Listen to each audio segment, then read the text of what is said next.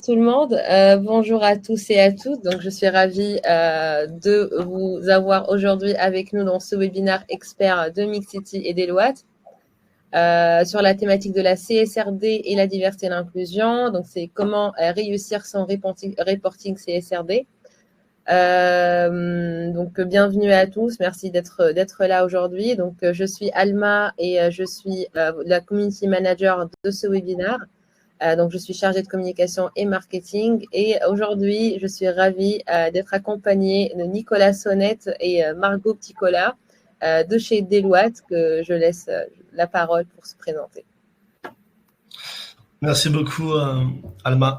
Du coup, je vais laisser Margot se présenter après. Je commence rapidement. Moi, je suis Nicolas Sonnette, je suis responsable produit et expertise chez Mixity. Et je suis en charge notamment du développement des outils, notamment de l'incorporation de la partie CSRD dans nos outils d'évaluation, on pourra vous en parler, et de la partie également accompagnement des clients sur ces sujets-là, animation et création des formations, sensibilisation. Et Margot, je t'en prie, si tu veux également me présenter. Bonjour à toutes et tous. Merci Nicolas et Alma pour cette introduction. Donc Margot Pticola, je suis senior consultante dans les équipes Capital Humain de Deloitte Conseil, où au sein de Deloitte Capital Humain, on accompagne plus particulièrement les entreprises dans leurs projets de transformation par l'humain, et donc en lien avec tous ces enjeux ESG et toutes les problématiques que vous connaissez tous en matière de transformation RH, que ce soit d'un point de vue technologique, humaine ou sociétal, avec ce prisme donc de placer vraiment l'humain au cœur des transformations des entreprises comme un véritable écosystème. Et donc, je pense que notre sujet CSRD aujourd'hui, en tout cas sur le volet social, est fort d'enjeux et d'impact, et j'ai hâte de pouvoir en discuter avec vous aujourd'hui. Merci beaucoup, Margot.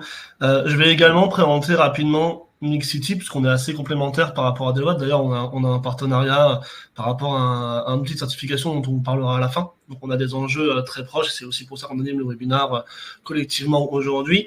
Très rapidement, Mixity, nous, on est vraiment une solution en ligne pour mesurer et piloter les enjeux de diversité et d'inclusion sur 5 dimensions: l'égalité homme-femme, les handicaps et l'état de santé, les origines culturelles et sociales, les âges et les sujets d'orientation sexuelle, identité de genre. Et comme vous allez le voir, la CSRD recoupe quelques indicateurs. La CSRD recoupe fortement avec quelques-unes de ces dimensions, et notamment la partie égalité homme-femme, handicap et âge, principalement. Il y a pas mal d'indicateurs que nous, on suit, qui sont entrés dans la CSRD, et des indicateurs que nous allons désormais suivre, qui sont dans les obligations de reporting sur le volet social, c'est dont on va parler aujourd'hui. Et ce qu'on fait chez Mixity, donc on fait de la mesure avec un diagnostic, avec des indicateurs clés, des process et des données RH, c'est ce dont on va parler aujourd'hui qui concerne la CSRD, mais on fait aussi un sondage à côté pour aller comparer le ressenti d'inclusion des collaborateurs, et enfin pouvoir créer des plans d'action et des plans d'évolution sur le long terme, à 1 à 3 ans, pour améliorer finalement le sentiment d'inclusion et les politiques diversité et inclusion. Et c'est aussi un des rôles de la CSRD et de ce reporting-là, c'est de donner un peu les leviers aux organisations pour être plus transparentes et s'engager publiquement sur ces sujets-là. Et donc, nous, on utilise bien sûr des indicateurs de mesure depuis plus de 4 ans maintenant, et c'est tout à fait logique, que forcément, nous, on s'appuie sur la réglementation, qu'elle soit nationale ou internationale. Quand des nouveaux outils de mesure arrivent, on les intègre, parce que pour nous, c'est une vraie opportunité aussi de pouvoir mieux vous accompagner. On a une plateforme tout en un. On fait de la mesure, on fait du pilotage. Je ne vais pas être très exhaustif là-dessus. On pourra se rencontrer si vous voulez en savoir plus sur la partie pilotage, solutions et solutions en ligne. Là, c'est vraiment la partie évaluation qui est la plus importante aujourd'hui. Maintenant qu'on a fait cette petite introduction, ce que je vous propose, c'est qu'on passe sur le sujet de la CSRD et qu'on commence un petit peu au début par quelque chose d'assez global et transversal. Et pour ça, je vais donner la main à Margot, et puis après, on ira un petit peu plus dans le détail sur la partie sociale, sachant que, comme vous le disiez avec Margot, chez Mixity et chez Deloitte, ici, nous, on portera aujourd'hui exclusivement sur le volet social. Voilà, donc je vais laisser Margot faire une présentation générale, et on commencera à aller un petit peu plus en profondeur par la suite. Merci Nicolas. Donc rapidement pour reposer peut-être le contexte et de dire que finalement aujourd'hui on observe depuis plusieurs années un renforcement du cadre réglementaire de l'ESG, qui se traduit notamment au niveau de l'Union européenne par la mise en œuvre de ce qu'on appelle le pacte vert, donc, ou le Green Deal, peut-être que vous avez entendu sous ce nom-là. Donc, qu'est-ce que le Green Deal? C'est une initiative politique de l'Union européenne dont l'ambition est de faire de l'Europe le premier continent climatiquement neutre d'ici à 2050, avec cette idée de venir transformer l'économie. Et donc, pour y parvenir, l'Union européenne, elle s'est dotée donc de 3 grands objectifs que vous voyez là sur le slide, dont un cadre législatif commun aux entreprises, dont cette fameuse CSRD qui vient vraiment s'inscrire comme la pierre angulaire finalement de cet objectif de Green Deal. Donc, qu'est-ce que la CSRD si on voit ça de façon assez high level, finalement, c'est une nouvelle réglementation qui a pour objectif d'harmoniser les pratiques de reporting de durabilité des entreprises pour, en somme, venir porter au même niveau de qualité l'information financière et extra-financière, améliorer la disponibilité de l'information ESG et, in fine, faciliter la comparaison des performances durables, des performances ESG des entreprises à une autre, puisque demain, Nicolas l'abordera après, mais le nouveau reporting va être standardisé et donc il sera facile pour l'ensemble des parties prenantes, que ce soit à destination des investisseurs et actionnaires peut-être dans un premier temps, mais aussi des autres parties prenantes, que ce soit les collaborateurs, les candidats, de venir comparer une donnée à une autre. Ce qui est intéressant peut-être ici de rappeler en termes de philosophie, et ce qu'on aime bien dire nous, en tout cas côté Deloitte, c'est que on voit vraiment qu'il y a un changement de sémantique assez symbolique dans le nom finalement attribué, puisqu'avant on parlait de déclaration de performance extra-financière et aujourd'hui on vient parler de reporting de durabilité. Donc, vraiment pour montrer ce changement de prisme qui existe et de venir intégrer tous ces enjeux de durabilité, ces enjeux sociaux dans la performance de l'entreprise.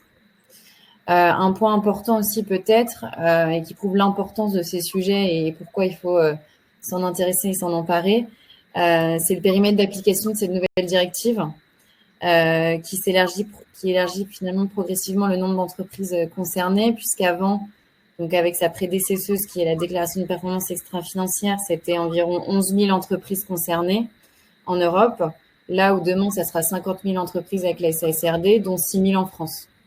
Donc, on a vraiment une réglementation qui va concerner de plus en plus d'entreprises et qui montre l'importance du sujet avec du coup une application progressive, puisqu'effectivement, les grandes entreprises seront concernées dès demain, donc 2025 sur reporting 2024, et puis progressivement les plus petites entreprises ou les entreprises non européennes.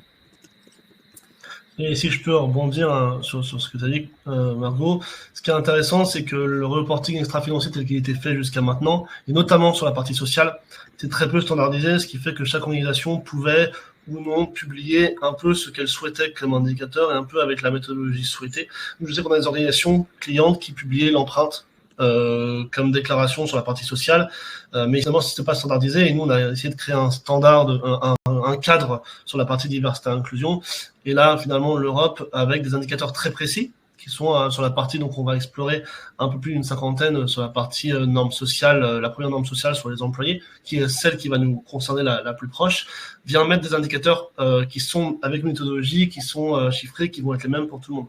Ce qui va vraiment permettre de faciliter la comparaison entre les organisations, ce qui commençait à être possible grâce au bilan carbone sur la partie CO2 et qui était très peu sur la partie, je dirais, sociale en Europe, même si en France, on est plutôt bien logé, puisqu'on a quand même quelques réglementations et quelques normes telles que l'index égalité homme-femme ou le taux de personnes RQTH, qui sont des indicateurs obligatoires et qui sont généralement communiqués. Il y a beaucoup d'autres indicateurs, on va le voir après, tels que le turnover, choses comme ça, qui n'étaient pas du tout communiqués et qui maintenant rentrent dans cette nomenclature CSRD. Donc c'est extrêmement intéressant, et la partie application progressive, en effet, elle va... on va en parler, mais toutes les normes et toutes les sous-normes, donc les sous-catégories au sein de ces normes, vont au fur et à mesure devoir être appliquées dans les 2 à 3 ans pour l'ensemble des organisations. Et donc c'est aussi ça, finalement, l'Europe, à partir du 1er janvier 2024, laisse le temps aux organisations de s'approprier cette nouvelle nomenclature et de pouvoir la déclarer au fur et à mesure avec un reporting qui doit être lisible en ligne et qui peut être contrôlé par un commissaire aux comptes ou alors une organisation externe certifiée. Je change de slide. Ce qu'il faut savoir, et peut-être en introduction avant de parler des normes, c'est que la double matérialité est au centre de cette partie de la CSRD. Et la double matérialité, c'est en fait le calcul de l'impact que l'organisation peut avoir sur l'environnement et le social, et l'inverse, l'impact que le social et l'environnement peut avoir sur la performance financière de l'organisation. Et c'est par cette double matérialité que l'organisation va pouvoir, avec ses parties prenantes, finalement prouver et justifier quelles sont les normes, quels sont les sujets qu'elle doit s'emparer et qu'elle doit publier. Et la norme sociale, on va en parler. Parmi l'environnement et parmi la norme sociale, il y en a qui vont ne pas concerner toutes les organisations, mais il y a des normes qui vont être difficiles à esquiver, notamment sur la partie environnement. Je ne m'arrête pas dessus, mais il faut prouver qu'on n'est pas concerné par le climat.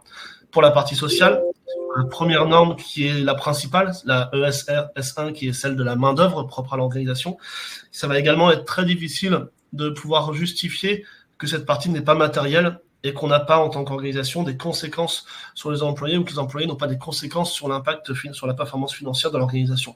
Et c'est pour ça qu'aujourd'hui, on va faire un zoom tout particulier sur cette norme ici, pour plusieurs raisons.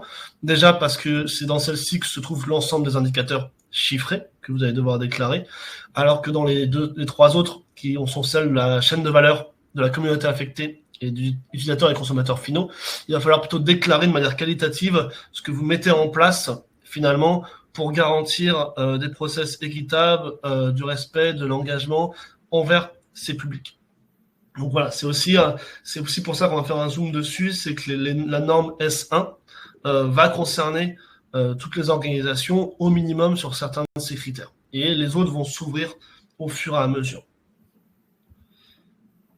Et ce qu'il faut savoir aussi, c'est que les normes sont sorties du coup l'été en 2023, et du coup elles sont rentrées en application au 1er janvier, et 2 autres normes vont arriver l'été prochain, donc en 2024, qui sont des normes liées à des secteurs particuliers, et également important, une norme PME qui sera facultative, mais qui va permettre aux organisations finalement qui sont plus petites de pouvoir s'adapter également à la CSRD, de pouvoir également profiter de ce cadre pour publiquement reporter leurs impacts et que ont l'environnement et le social sur eux, et l'inverse, pour pouvoir se préparer, parce que, comme le disait Margot, pour l'instant, nous sommes dans un périmètre qui concerne les entreprises, pour l'instant, qui dépasse 50 personnes, mais et on va même mettre un seuil à 750 personnes sur pas mal de normes qui, en fait, vont au fur et à mesure concerner les organisations de moins de 750 personnes.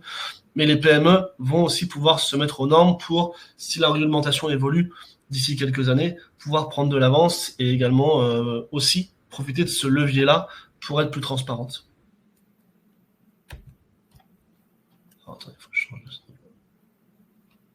Rapidement, pour vous informer sur les 4 normes sociales. Je vais d'abord vous parler des S2, S3 et S4 parce qu'elles sont un petit peu différentes de la S1 et elles concernent pour le moment moins le périmètre de Mixity sur la diversité et l'inclusion interne à l'organisation, et elles n'ont pas d'indicateur à l'intérieur. En fait, sur ces 3 autres normes, il va falloir que l'organisation prouve par des actions et des process ce qu'elle met en place en termes de politique relative à ces communautés affectées, aux chaînes de valeur, aux consommateurs finaux. Donc, chaîne de valeur, c'est les personnes qui sont en amont ou en aval de l'organisation, mais qui ne sont pas dans l'organisation. Les communautés affectées, ça va être, par exemple, des publics qui vont être touchés par les impacts, mais qui ne sont pas non plus dans la chaîne de production. Et les consommateurs finaux, ce sont, c'est assez logique ici à comprendre. Et donc, les organisations vont devoir publier des process et des justifications de ce qu'elles mettent en place en termes de politique et de process, de processus d'engagement, c'est-à-dire de quelle manière on peut s'assurer qu'on est en communication avec ces publics-là pour aussi mesurer les impacts, mesurer les conséquences et avoir des retours, des feedbacks de ces impacts-là pour pouvoir améliorer, finalement, être dans un processus d'amélioration continue et je dirais, d'enquête, de sondage et de remontée d'informations, que ce soit des alertes ou que ce soit simplement plutôt des systèmes d'amélioration. Et également, une fois qu'on a fait ça, tous les impacts, toutes les actions qu'ils vont mettre en place pour remédier aux impacts négatifs et aux canaux qui permettent aussi de finalement communiquer avec ces différents publics, de mesurer les risques également, quels sont les risques que ces communautés et que les consommateurs ou les chaînes de valeur vont subir par l'organisation, et l'inverse également, détailler cette partie-là et l'efficacité des actions qui vont être mises en place pour en parler. Et enfin, bien sûr, quels objectifs l'organisation met pour arriver à un état où finalement il n'y a que des impacts positifs et des impacts négatifs qui sont réduits au maximum sur ces publics-là par rapport à leurs activités. Donc là, c'est que du quali sur ces trois parties-là qui doit être déclaré. Donc finalement, c'est expliquer les process qui sont mis en place et de quelle manière elles sont mises en place. En revanche, et là, on va zoomer un petit peu plus fortement là-dessus, la première norme qui est liée aux employés et également aux non-employés, mais en tout cas aux personnes qui travaillent dans l'organisation, c'est ce qu'on appelle la workforce. Dans la norme s'appelle la workforce. C'est pour ça qu'ici, elle est un petit peu différente. On va avoir des indicateurs ici. Alors, on aura du quali également. On va devoir de la même manière aussi expliquer les politiques relatives aux employés en interne, les processus d'engagement. Il y aura les mêmes déclarations, mais il y a à peu près 17 en plus nomenclatures qu'on doit respecter. Voilà.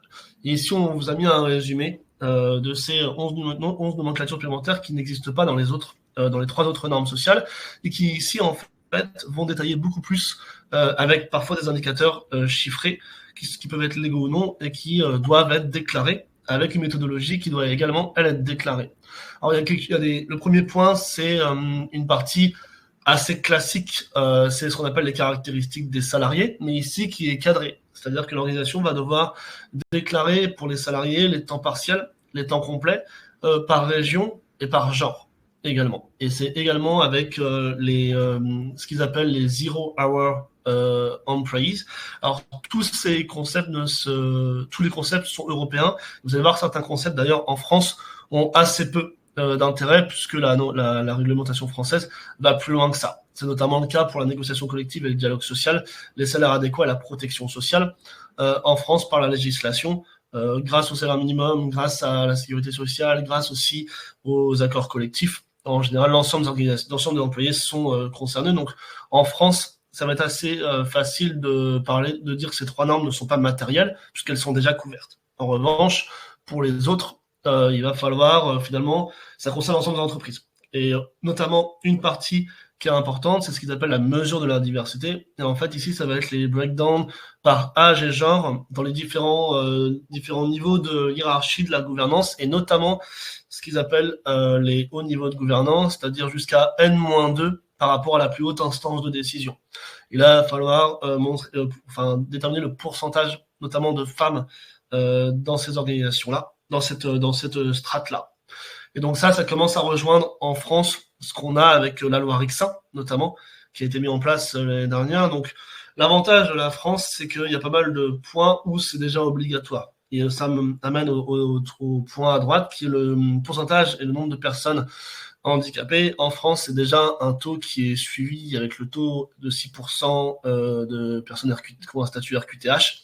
Ça également, c'est assez facile. Et en France, nous, avec l'expérience qu'on a de Mix City, toutes les organisations françaises suivent ces taux-là puisque c'est obligatoire. En revanche, toutes ces normes ne sont pas forcément suivies actuellement. Et si on prend notamment la partie formation et développement des compétences, vous allez devoir prouver par des actions et process ce que vous mettez en place pour assurer le développement des compétences et la formation des employés. Ça, c'est une première chose. Et nous, avec Mix City, ce sont déjà des questions qu'on pose et qu'on évalue. Mais vous allez également devoir déclarer des pourcentages et des nombres de formations moyens par genre et âge. Et ça, par expérience, c'est quelque chose qui est actuellement suivi parmi nos clients par une organisation sur 2. Il y a souvent, on suit le nombre de formations, mais rarement avec le détail genre et âge cumulé. Et ça, c'est quelque chose qui rentre également dans les indicateurs de la CSRD. Et nous, Mix City, le but, c'est aussi d'intégrer tous les indicateurs pour vous aider à les développer. La santé et la sécurité également, donc ça va être le nombre d'accidents du travail, le pourcentage également, tout ce qui va être mis en place pour assurer une reconversion. Toute cette partie qui va lier à la santé va également devoir être déclarée et non plus simplement être suivie en interne et avec des indicateurs très précis également. L'équilibre vie pro-vie perso était très peu communiqué, et notamment le pourcentage de parents qui prennent un congé parental. Ce type d'indicateur, actuellement, je ne l'ai jamais vu, moi, publié. C'est quelque chose qui rentre également dans la CSRD, dans l'obligation de publication et de reporting. Donc ça, c'est des toutes nouveautés que nous, Mixity, notre but, c'est vraiment de vous aider à comprendre cette cinquantaine d'indicateurs et de vous aider à savoir lesquels vous suivez, lesquels vous ne suivez pas ou lesquels vous suivez pas de la bonne manière, de la bonne méthodologie, puisque la CSRD va donner de la méthodologie, notamment pour l'âge. Elle a ancré sur les catégories d'âge qu'il faut prendre, qui sont entre 30 et 40, plus de 50 ans, et du coup, il faut aussi s'aligner avec cette méthodologie-là. Il y a également la partie écart de rémunération, bien sûr, entre hommes et femmes, mais également entre la plus haute rémunération et la rémunération moyenne. Voilà. Ça, c'est également quelque chose qui rentre dans la CSRD et qui actuellement était peu communiqué. Et enfin, dernière chose, c'est qu'on doit également prouver et reporter toutes les plaintes et le montant aussi des amendes qui sont liées à des atteintes aux droits de l'homme, et la discrimination et le harcèlement rentrent dans cette partie-là. Donc c'est également, et dans les processus d'alerte qui sont obligatoires, il faut également du coup pouvoir traquer cette partie-là et la reporter au sein de cette nouvelle déclaration. Là, je vous ai donné un rapide résumé de l'ensemble des sujets qui rentrent dans la CSRD et qui sont liés à la diversité et à l'inclusion. L'ensemble de ces sujets nous sont considérés dans nos évaluations déjà maintenant. Je parlerai un petit peu plus de comment on se positionne autour de cela. Donc là, on vous a un peu plus montré les sujets qui étaient dans cette norme sociale, et notamment le fait qu'il y a beaucoup d'indicateurs qui vont devoir être reportés, et que le but, c'est aussi de pouvoir les décrypter et de s'y préparer. Et du coup, ça donne aussi des opportunités, parce qu'il y a l'obligation d'être public, mais il y a aussi des enjeux et des défis pour cela. Et du coup, je repasse pour ça là, à Margot, si tu veux. Merci Nicolas. C'est vrai que là, en tout cas, la picture, la photo que tu as donnée là, de tous les indicateurs, en tout cas tous les points de données qu'il allait falloir reporter, vont nécessitement impliquer des nouveaux enjeux pour la fonction RH, pour les acteurs RH, à la fois d'un point de vue opérationnel et puis d'un point de vue stratégique également. Tu le disais, on a une norme qui regroupe certes des thématiques sociales qui sont déjà abordées pour la majorité dans les obligations de reporting social actuelles, type BDESE, bilan social ou l'index égalité homme-femme. Mais avec la SASRD, nous, ce qu'on voit en tout cas, c'est qu'on a véritablement un changement d'échelle, à la fois sur la typologie d'informations à transmettre, puisqu'on est vraiment sur une partie quantitative et qualitative, et à la fois sur un changement d'échelle d'un point de vue périmètre, puisqu'aujourd'hui, on n'est plus seulement sur le périmètre de la société mère ou en France, on vient vraiment sur un périmètre consolidé de l'entreprise. Donc là où ça peut poser de nombreux défis, effectivement. Ce qui est important de souligner, donc c'est vrai que toi, tu disais, Nicolas, une cinquantaine d'indicateurs. Nous, on parle de points de données. En fait, selon donc le résultat de l'analyse de matérialité que vous aurez à faire, donc comme point d'entrée de reporting de cette norme sociale CSRD, c'est que vous pouvez potentiellement, vous pouvez avoir jusqu'à 200 points de données, donc quantitatifs et ou qualitatifs à reporter, ce qui représente près de 20% de la totalité de la norme sur les piliers environnement, sociaux et de gouvernance. Donc, on se rend compte finalement de l'importance du pilier social, en tout cas du pilier lié à la norme effective de l'entreprise accordée par cette directive, en sachant que sur ces 200 points de données, on a presque 60% d'informations qualitatives qui vont vraiment venir compléter l'importance des indicateurs quantitatifs et donc cette importance d'avoir un reporting assez structuré. Et donc, du coup, nous, c'est vrai qu'en échangeant aussi bien avec nos partenaires Mixity qu'avec nos clients, on s'est rendu compte qu'il pouvait y avoir un manque d'intérêt ou de connaissances par manque peut-être d'appréhension des enjeux liés à la CSRD. Et donc, on a mené une étude en fin d'année, début d'année 2024, pour venir prendre la mesure de la maturité de la fonction RH vis-à-vis de ces nouvelles exigences, afin d'une part d'alerter sur les défis à venir, les défis opérationnels, et ça Nicolas le mentionnait déjà un petit peu auparavant, et aussi venir impulser le changement en faisant prendre conscience des opportunités et que c'est pas seulement un exercice contraignant et réglementaire, mais que derrière peut y avoir vraiment des opportunités de transformation et de changement. Donc du coup, rapidement, peut-être pour identifier les principaux défis, en tout cas qu'on a identifiés, et il y en a plusieurs, et on pourrait les lister faire une grande liste. Mais en tout cas, nous, avec des degrés forcément de maturité différents selon les entreprises. Mais les principaux défis qu'on observe, c'est déjà un besoin d'acculturation et de compréhension. Et on a seulement 24% des entreprises interrogées dans le cadre de notre étude qui estiment avoir un niveau de compréhension élevé de la norme. Et effectivement, la CSRD, c'est une nouveauté réglementaire. C'est des textes assez denses, un vocabulaire spécifique avec une structure bien particulière. Là où Nicolas disait qu'avant, on pouvait structurer notre reporting social comme on le voulait, un petit peu entre guillemets. Là, il va falloir venir décrypter un texte assez technique et qui vient du coup poser aussi le constat et le défi des compétences derrière et de l'expertise peut-être à construire et à développer au sein de notre fonction RH et au sein des acteurs RH. Ce qui pose aussi, selon nous, un deuxième défi autour de la gouvernance. La CSRD et la norme sociale, et comme tout pilotage finalement d'enjeux sociaux, c'est un véritable projet. Et donc, se pose la question de qui va venir piloter quoi finalement dans ces normes, qui va prendre le sujet de la norme sociale en fonction de l'organisation interne, des appétences et forcément de l'expertise.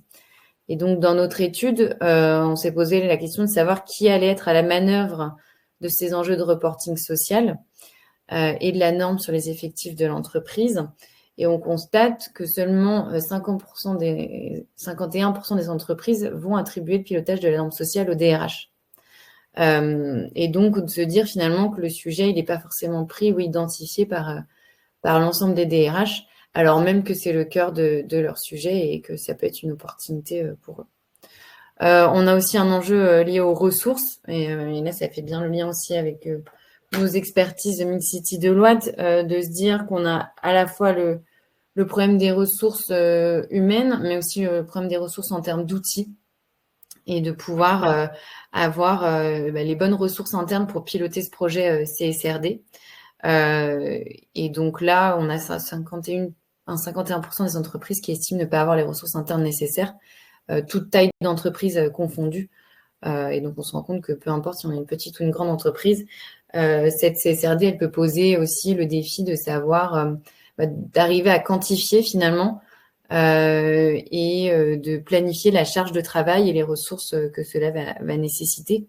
Et je lisais là dernièrement, il y a le dernier rapport de la Cour des comptes qui est sorti en début mars, le 12 mars, je crois, et qui estime qu'aujourd'hui, la mise en application de la CSRD selon les standards ESRS, les coûts vont être compris entre 40 000 et 350 000 euros, juste en termes d'application interne, et auxquels devront s'ajouter des coûts liés à l'audit de ces informations.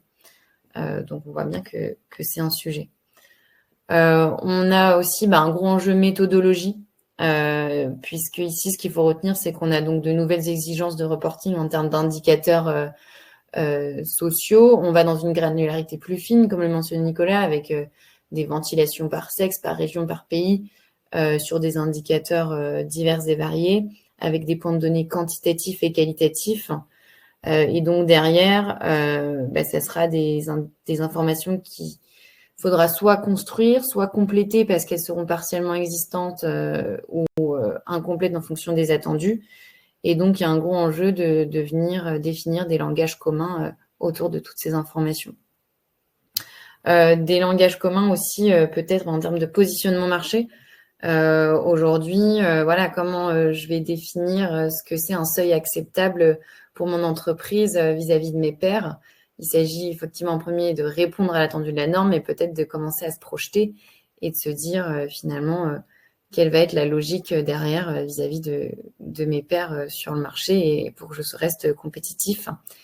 Et puis un dernier enjeu, moi je le vois pas sur mon écran, mais il est peut-être caché derrière nos vignettes, qui est un enjeu lié plutôt en termes de reporting, que ce soit à la fois sur comment j'organise mon reporting vis-à-vis des attendus réglementaires, puisque on aura des tableaux à compléter, mais comment je fais matcher ça avec mes outils internes et mon reporting externe, comment j'articule mes informations qualitatives et quantitatives et comment j'en fais un outil vraiment pour piloter ma stratégie en interne et aussi valoriser mes actions en externe.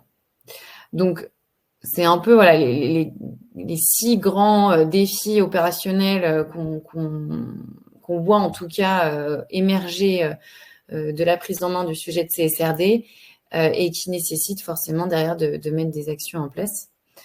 Pour autant, et là c'est notre slide d'après, on est convaincu que certes c'est un exercice réglementaire dans un premier temps, c'est une contrainte, il faut mettre en place des projets, des feuilles de route, se doter des bons outils, mais que derrière c'est un outil vraiment qui est source d'opportunités pour notre fonction RH et pour l'organisation, dans le sens où elle va créer des opportunités à la fois en interne et en externe. Et donc rapidement, on a un enjeu pour nous très important autour de la data, et avec cette idée qu'aujourd'hui, les métriques traditionnelles de productivité, finalement, elles doivent évoluer vers une mesure de la performance humaine, et donc de faire vraiment de cet enjeu de la donnée sociale un atout stratégique pour la performance humaine. Et donc, le fait d'avoir un reporting, en tout cas ESG, enfin un reporting social avec la CSRD, c'est aussi l'opportunité de disposer d'une nouvelle grille de lecture qu'on avait déjà auparavant avec des outils, mais qui aujourd'hui est assez structurée et qui demain permettra de venir peut-être, et on l'espère, revaloriser et re-questionner les politiques des organisations. Et du coup, dans ce même temps, de venir vraiment positionner la fonction RH et les ressources humaines en tant que chef d'orchestre des différentes parties prenantes, internes et externes, puisque dans la norme, en tout cas, on parle des effectifs de l'entreprise, on parle aussi des salariés et des non-salariés, donc tout ce qui est intérimaire, freelance, et puis même on va au-delà avec cette notion, comme l'abordait Nicolas, la chaîne de valeur, et donc cette nécessité finalement de prendre tout le monde dans l'organisation et dans sa stratégie. Et donc des opportunités. Oui, Nicolas, tu veux peut-être rebondir. Non, mais je peux rebondir après, mais vas-y, je te laisse finir, je vais rebondir après. Non, mais c'était pour passer rapidement aussi sur les opportunités externes. Je pense qu'on connaît également. L'idée, c'est de dire, aujourd'hui, j'ai l'obligation d'être transparent, donc autant que je capitalise sur cette obligation et que j'en fasse vraiment mon pilier, ou en tout cas mon levier pour construire une relation de confiance et d'engagement vis-à-vis de l'ensemble de mes parties prenantes, en étant transparent sur mes pratiques et en venant du coup expliquer par tout cet aspect qualitatif les engagements de l'entreprise, les plans d'action, les objectifs qui sont mis. Ouais. Non, mais du coup, et je vois une opportunité aussi. Chez Mixity, on a toujours fait cette mesure, on a essayé de poser un cadre avec des indicateurs clés à suivre sur ces sujets-là. Et on s'est rendu compte que les organisations, au début, suivaient peu. La première fois qu'on fait une évaluation Mixity, on se rend compte aussi qu'on a beaucoup de données qu'on ne suivait pas, et ça fait partie de l'évaluation, c'est partie du diagnostic. Et après, on commence à suivre, on commence à voir les progrès. Et en fait, là, c'est aussi l'opportunité pour l'ensemble des organisations concernées d'avoir un cadre commun et d'être obligé de le suivre, mais du coup aussi de le piloter et donc d'améliorer ces systèmes-là et du coup d'augmenter la performance, puisqu'on sait que comme tu le disais Margot, quand on a de la performance sociale, on a de la performance financière qui va avec. Donc, en effet, le travail de se mettre au garde à vous et comprendre cette norme et comprendre tous les enjeux de reporting va être difficile. Et c'est pour ça que l'Europe a laissé quelques années pour prendre au fur et à mesure cette partie-là, et que ça dépend de la matérialité. Mais au final, quand elle sera bien digérée et que l'ensemble des outils seront là, ça permettra vraiment de suivre chaque année les progrès qui sont faits de manière quanti et quali. Et ça, nous, les organisations qui sont avec nous depuis 3-4 ans, font vraiment des progrès et ont une tout autre, abordent tout à fait différemment la mesure sociale que quand elles ont commencé avec nous en 2020. Et là, il y a une vraie opportunité derrière et un vrai levier. Oui, tout à fait. Et c'est ce qu'on disait finalement, c'est qu'aujourd'hui, c'est un exercice de reporting, c'est une contrainte et je pense qu'il faut se doter le plus rapidement possible d'une bonne compréhension des bons outils pour que demain, ce reporting, ça soit un peu quelque chose qui soit ancré dans les pratiques et qu'on puisse se concentrer justement sur tout ce qui est transformation de nos politiques et notre environnement de travail. Et de repenser finalement les frontières de l'organisation, d'avoir des nouvelles instances de co-construction et d'engagement pour vraiment aller au-delà du simple reporting. Et ce qui, in fine, en tout cas, seront des leviers d'attractivité et de rétention de nos talents, surtout quand on voit l'importance accordée aujourd'hui aux nouvelles façons de travailler, aux nouveaux engagements ESG, en ce sens de l'ensemble des parties prenantes. on est sur du candidat, sur du collaborateur et du talent, mais on est aussi sur la société avec un grand S, sur l'impact que l'entreprise peut avoir sur la société. Il y a une partie marque employeur, il y a une partie très forte marque employeur là-dedans aussi qui augmente cette partie sociale. Quand on montre finalement qu'on traite équitablement et avec des indicateurs chiffrés et des process bien expliqués, comment les employés sont traités en interne, on attire aussi. Et puis le reporting, in fine, c'est vrai que si on en fait un vrai outil, ça devient un peu, comme tu disais, marque employeur, mais un reflet de la culture d'entreprise. D'expliquer tout ce que l'entreprise fait ou d'avoir des chiffres sur la pyramide des âges, les actions de formation, etc. Ça vient vraiment donner directement un aperçu de la culture d'entreprise. Et donc, autant en tirer parti et en tirer profit pour que ça soit un avantage stratégique et compétitif demain. Ça va nous permettre aussi d'avoir des chiffres secteurs. Et je sais que le benchmark, nous, c'est quelque chose qui est très demandé quand on fait l'évaluation de l'outil. Les organisations veulent pouvoir se situer et on a parfois des difficultés. Si les organisations n'ont pas fait l'évaluation Mixity où on donne le cadre, on peut quasiment rien comparer puisqu'on trouve très peu d'informations harmonisées. Donc en fait, c'est aussi ça qu'on va peut-être pouvoir faire à force dans quelques années, une fois qu'on aura ce reporting qui sera pour une grande partie des organisations fait et intégré, c'est d'avoir aussi des données sectorielles, globales, par région, sur l'ensemble de ces indicateurs sociaux. Et ça aussi, ça va faire progresser la société vers finalement plus d'inclusion ici et plus d'équité sociale. Oui, tout à fait. Mais nous, je ne sais pas si on peut passer à la slide d'après, mais c'est vrai que cette analyse sectorielle, elle est très demandée et je pense qu'elle est importante et on le voit, nous. Alors, du coup, nous, en tout cas, on préconise les étapes clés pour un projet CSRD réussi sur cette norme sociale et ce qui reprend un petit peu les défis, qui est finalement ce premier enjeu de venir comprendre les enjeux autour de la CSRD dans son ensemble, mais aussi sur la norme sociale, et donc de venir appréhender tous ces concepts clés. Et dans un deuxième temps, une nécessité pour nous de mobiliser les parties prenantes, de les embarquer dans un projet porteur de sens qui va au-delà de l'exercice de reporting. Et finalement, cette quête de sens, c'est pareil, c'est un élément prérequis dans tout projet de transfo RH et donc dans ce projet CSRD, avec cette idée qu'il faut venir former et outiller pour accompagner et faciliter l'appropriation des textes et des enjeux de la CSRD et de conduire un peu tous ces aspects de conduite du changement en venant embarquer les acteurs clés et l'ensemble des collaborateurs dans le projet CSRD. On a le deuxième étape pour nous qui est photographier l'existant. Là, c'est vraiment de venir comprendre les concepts clés donc de double matérialité, de gap analysis que tu évoquais, Nicolas, de venir prioriser parce que l'entreprise, demain, elle ne sera pas forcément 100% verte ou 100% compliante dès la première année. Il y a vraiment un enjeu de venir sourcer ce qui est possible de faire. Et donc, une troisième phase pour nous qui est vraiment construire la trajectoire, et c'est là où je te rejoins, Nicolas, aussi sur cette nécessité de benchmarker, puisque demain, sur des concepts clés comme le salaire décent, par exemple, ou la rémunération, ce qu'on observe, c'est que la directive, elle donne des définitions. Par exemple, sur le salaire décent, elle va demander de se comparer au salaire minimum. Maintenant, est-ce que demain, ça sera suffisant pour une entreprise pour être compétitive et se démarquer sur le marché?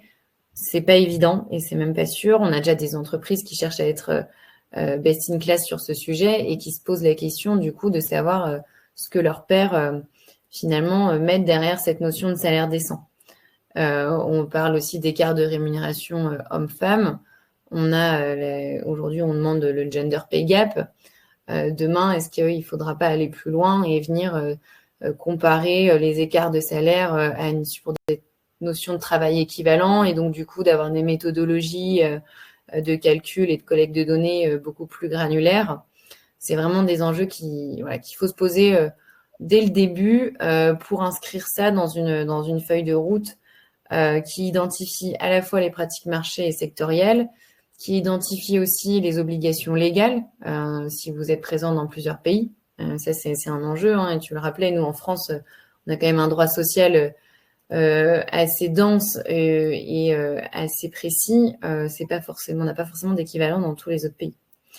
Et puis, vraiment se doter des bons outils de pilotage et de suivi de ces indicateurs, parce qu'une fois qu'on a les bons outils, on est capable de sortir un reporting assez facilement et du coup de se concentrer sur cette quatrième étape finalement, de venir plutôt sur des enjeux de transformation et de stratégie, de transformation des stratégies sociales.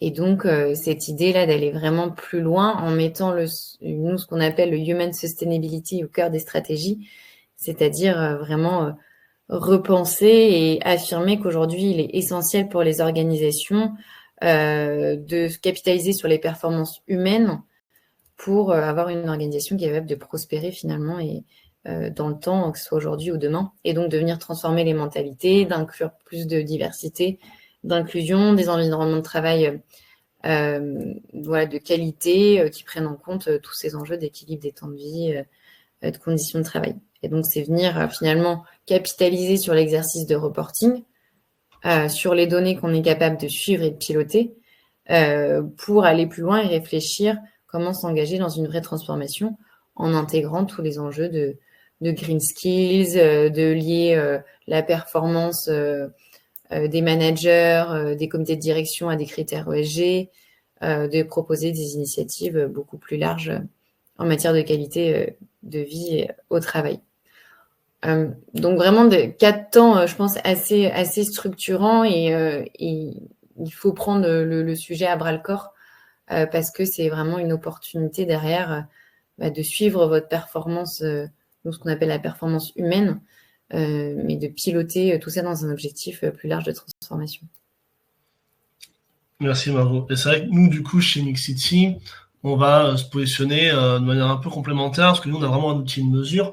Donc, notre but, c'est vraiment d'intégrer au sein de tous les indicateurs qu'on a déjà sur la diversité et l'inclusion, d'intégrer les indicateurs CSRD de la norme sociale dont j'ai parlé tout à l'heure, qu'on ne regardait pas sur le même périmètre, ou en tout cas pas de la même manière jusqu'ici. Certains, on les regardait déjà, d'autres, on les a ajoutés dans un module CSRD qui permet finalement, comme tu le disais, d'aller facilement comprendre les indicateurs qui sont demandés. Et même si, et c'est là où je dirais un peu plus loin, c'est que même si en effet, peut-être que ça ne sera pas matériel, que l'ensemble des indicateurs ne seront pas matériels pour votre organisation, en fait, quand on a un outil pour le suivre et on doit déjà suivre toute une batterie d'indicateurs, finalement faire le kilomètre de plus et aller quand même piloter en interne, même si on ne le reporte pas, cet indicateur de la CSRD, et permet aussi dans le temps, finalement, de s'améliorer et de construire une trajectoire qui va un peu plus loin que l'obligation de reporting. Et nous, notre but, c'est vraiment ça. Nous, on a vraiment pris la CSRD comme une opportunité d'avoir encore une fois de plus un cadre qui nous aide à harmoniser la mesure et les pratiques. Et on a de la chance en France, mine de rien, d'avoir sur certains indicateurs des méthodologies de calcul qui sont nationales, mais sur beaucoup d'autres points, c'était peu le cas. Et en fait, la CSRD vient remettre une couche de méthodologie, de commun, et que nous, finalement, ici, on a juste à l'importer, à l'intégrer dans nos modules d'évaluation pour finalement aider les organisations à se positionner dessus et à offrir, du coup, un système de comparaison et de benchmark et d'intégration de la trajectoire de où vous devez être demain par rapport à où vous êtes aujourd'hui et par rapport aux autres, beaucoup plus facile, et avec aussi, je l'espère, beaucoup moins d'organisations d'ici 2 à 3 ans qui ne suivront pas une grande partie des indicateurs qu'on demande aujourd'hui, parce que jusqu'ici, c'est à la discrétion de chaque organisation. Elle n'est pas obligée de le faire, elle peut le faire pour s'améliorer, et nous, elles le font quand elles sont après 1, 2 ans, elles commencent à piloter ces indicateurs, et c'est vraiment notre objectif.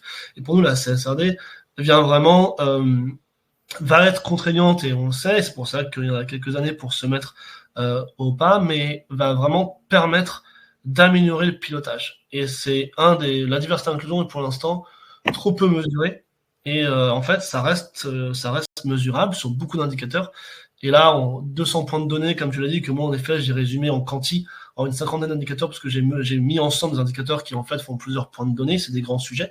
Là j'en ai mis quelques exemples. nombre d'accidents, de blessures, décès liés au travail.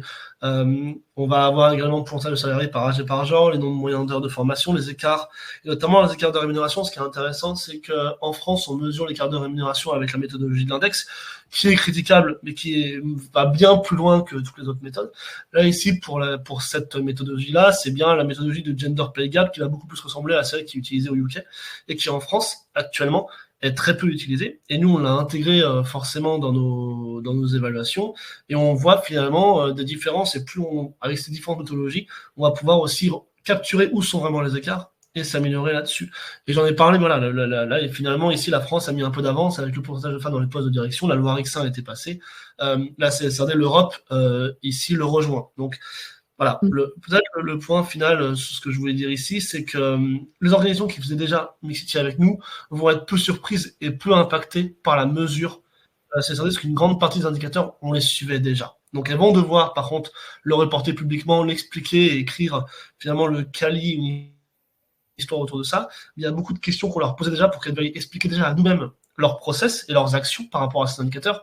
Donc finalement, notre but, c'est vraiment de pré-mâcher tout ce travail de, comme tu le disais au début, Margot, de comprendre les normes, de prendre la photo. Voilà, nous, on va vraiment être sur cette partie, comprendre la norme, prendre la photo sur la partie sociale. Et particulièrement la première, on est beaucoup moins, nous, en effet, sur la partie consommateur final et communauté affectée. Un petit peu sur la chaîne de valeur, mais pas aussi loin que la CSRD, pour le moment. En tout cas, sur la partie workforce, on avait déjà beaucoup de travail de fait. Et notre but, c'est à terme que l'ensemble de l'organisation ne voit plus ça comme que ça rentre dans leur process de suivi, qu'ils aient tous les outils pour mesurer et piloter chaque année. Donc, quand on fait ça, le reporter publiquement devient beaucoup moins difficile. C'était là. Non, il nous restait, pardon. C'était un peu là, sur la partie CSRD, en tout cas, comment je voulais le conclure ici. On voulait rapidement vous présenter, peut-être avant les questions-réponses, la partie certification dont on vous a parlé, qui est en partenariat avec entre Mixity et Deloitte. Je vais commencer et je laisserai Margot poursuivre si elle le souhaite. Je vais expliquer un petit peu la méthodologie. En fait, nous, l'évaluation Mixity, c'est quelque chose qui est facultatif et qui n'est pas une certification. C'est-à-dire que c'est un outil de pilotage pour savoir où vous en êtes, vous situer, vous aider à mesurer et à vous améliorer. Mais on ne vérifie pas la déclaration que vous faites. Donc le score que l'on vous donne est un score de pilotage pour vous permettre de vous comparer à vous-même dans le temps et aux autres, mais on n'était pas certifiant jusqu'ici. Et l'étape d'après qu'on a franchie, finalement, c'est de permettre aux organisations qui ont fait Mixity, dans les 18 mois post-évaluation, pour laisser le temps de mettre en place des actions et de s'améliorer, de pouvoir certifier et vérifier les principaux engagements et points essentiels à vérifier. Et pour ça, on s'est forcément associé avec une organisation qui est experte sur ce sujet, c'est-à-dire Deloitte, et on a créé une grille en commun qui reprend les principaux engagements Mixity pour les transformer en points de vérification avec de la documentation aussi à fournir. Et là, pour le coup, en effet, ça va permettre aussi de valoriser publiquement avec un niveau de score, 3 niveaux de score, quelle est la maturité réelle et auditée de l'organisation par rapport à un référentiel qu'on a construit ensemble basé sur celui qu'on développe depuis 4 ans chez Mixity. Et donc, nous, avec Mixity, on fait la première partie, qui est la première partie, première évaluation et accompagnement sur les actions jusqu'aux 18 mois. Et ensuite, Deloitte prend le relais. Je peux peut-être laisser Margot, si tu veux, en dire 2-3 mots là-dessus. Oui, merci Nicolas. Non, je pense qu'effectivement, dans la continuité finalement de cet exercice de reporting ESG, c'est quelque chose de réglementaire, mais c'est vrai qu'avec la labellisation, en faisant finalement revaloriser et donner un signe de reconnaissance par un tiers indépendant sur ce que fait l'entreprise et sur ce que vous faites vous en interne. Et ça permet aussi encore plus en profondeur finalement de venir re-questionner vos plans d'action et vos politiques, puisqu'on vient regarder et auditer, entre guillemets, certifier que ce que vous faites, ça va dans ce sens. C'est vrai que nous, notre labellisation, on l'a voulu assez simple et accessible. Alors, pas d'un point de vue technique, mais en tout cas sur la certification, mais plutôt sur le process. Et donc, on a vraiment une méthodologie qui est complète. On a une revue, une analyse 360 des 5 piliers diversité et inclusion. donc qui est basée sur le référentiel Mixity, comme le disait Nicolas. C'est une méthodologie qui est adaptable au niveau local et au global. Et donc, finalement, on peut la décliner aux régions du monde où vous opérez en conformité avec les normes nationales et européennes. Et puis, donc, fondée vraiment sur notre expertise croisée Mixity Deloitte, où on va venir pouvoir apporter notre expertise sur la mesure d'impact, sur la mesure de performance et sur tous ces enjeux de diversité et inclusion. L'autre pendant également, c'est que c'est une solution digitale. Vous avez accès à une plateforme qui vous permet de suivre votre avancement, où vous en êtes dans le parcours de certification. C'est assez rapide à déployer puisqu'on est sur 8 à 12 semaines et surtout, c'est un process facilité puisque on vous propose un accompagnement sur mesure, mais avec des travaux d'analyse qui sont assumés par nos équipes Deloitte et Mixity et non, comme ça peut être le cas parfois, par vos équipes. Donc vraiment 3 étapes clés pour en venir certifier toutes vos actions en matière de diversité et d'inclusion, vos politiques, avec un accompagnement de notre côté qui peut venir renforcer finalement cet exercice réglementaire CSRD. On est plus sur quelque chose de contraignant. Ici, on va peut-être aussi vous accompagner finalement pour questionner et revaloriser vos politiques. Donc, on est à votre écoute, évidemment, si vous souhaitez en savoir plus ou échanger à la fois sur ces enjeux CSRD et de mise en œuvre de la norme sociale, que ça soit sur des enjeux plutôt de compréhension dans un premier temps, d'outillage et de photographie de l'existant avec Mixity et nous-mêmes, ou pour aller plus loin, du coup, avec cet objectif de voir plus loin que l'exercice réglementaire et de venir mener des actions en ce sens. Et je pense que vraiment, c'est une opportunité et que il faut s'y mettre maintenant, même si on n'est pas concerné l'année prochaine, autant anticiper et prendre le sujet un peu à bras-le-corps pour être le plus à l'aise possible. Je vais profiter et poser cette question d'une participante donc, sur la certification sur Mixity DEIS. Et la question, c'est est-ce que toutes les entreprises peuvent avoir accès à votre certification ? Alors, il faut être passé par l'évaluation Mixity auparavant, parce que si cette certification est aussi, elle est basée entièrement sur l'évaluation, donc il faut avoir fait cette certification. Et nous, on commence à pouvoir évaluer les organisations autour de 30 personnes. Dans une organisation, on commence à pouvoir l'évaluer. C'est-à-dire qu'en dessous, on n'a pas assez d'engagement de process pour formaliser, et le diagnostic va quand même plutôt aller valoriser des formalisations, des process, des indicateurs. Mais ensuite, en effet, toutes les entreprises peuvent, suite au diagnostic, et on fait ça post-diagnostic aussi pour laisser aux organisations le temps de déployer les actions et de certifier aussi plutôt une trajectoire et une dynamique d'amélioration continue. Et c'est pour ça qu'on fait ça aussi 6 à 18 mois post-évaluation. Mais toutes les organisations également, en effet, peuvent passer l'évaluation et demander la certification par la suite si les résultats s'y prêtent et qu'il y a une dynamique qui permet de le valoriser. Et puis, on est vraiment sur une double évaluation, un peu sur CSRD, c'est pas une évaluation en soi, mais sur un système de notation qui est basé à la fois sur le quantitatif, mais aussi sur le qualitatif. Donc, ça vient, les deux viennent vraiment se juxtaposer. Et là où vous avez peut-être pas encore forcément d'indicateurs suivis, mais que ça viendrait avec la mise en place d'une empreinte ou autre, il y a aussi cet aspect qualitatif qui est regardé sur les actions que vous pouvez avoir menées ou non. Et peut-être aussi clarifier ce point. On a une question de Diane qui dit cette certification répond à une obligation CSRD. Donc peut-être clarifier ce point à nos participants et participantes. Non, c'était la liaison est peut-être pas très claire, mais non, ce n'est pas une obligation. C'est plus un atout et finalement une opportunité, puisqu'il y aura un suivi, un reporting, de venir après regarder et de certifier via des niveaux de certification ce que vous faites en lien avec vos indicateurs et vos politiques publiées. Mais pas d'obligation à CSRD, en tout cas. Non, pas du tout. Et je vois une autre question qui est intéressante sur la partie CSRD. Est-ce qu'on doit communiquer sur les initiatives et progrès? En effet, comme je vous ai montré, je peux vous remontrer un petit peu, mais pour toutes les normes sociales, je remonte un petit peu, mais voilà, pour toutes les normes sociales, vous avez cette partie-là, et même sur la 1. Et ça, c'est vraiment ce que vous mettez comme process, comme objectif et comme dynamique de gestion des risques et des opportunités. Et donc ça, c'est la partie amélioration continue. Et nous, là-dessus aussi, c'est ce niveau de maturité qu'on va aller évaluer avec l'empreinte Mixity, où on va mettre en avant des plans d'action, on va suivre à quel point vous mettez en place ces plans d'action, on va remesurer, remettre à jour les données et les process pour mesurer l'augmentation du score de maturité. Et donc là, on peut prouver finalement par un outil neutre externe qu'on a fait ce travail d'état des lieux. Et également, ensuite, on a mis en place une dynamique de plan d'action et ensuite, on a remontré les preuves de ce plan d'action. Et en fait, la certification vient mettre un tampon sur cette dynamique-là. Voilà. Non, c'est vrai que c'est intéressant de rappeler que la CSRD, elle est vraiment sur une trajectoire plutôt moyen-long terme que court terme. Et c'est pour ça que c'est intéressant de réfléchir finalement à ces politiques et ces stratégies.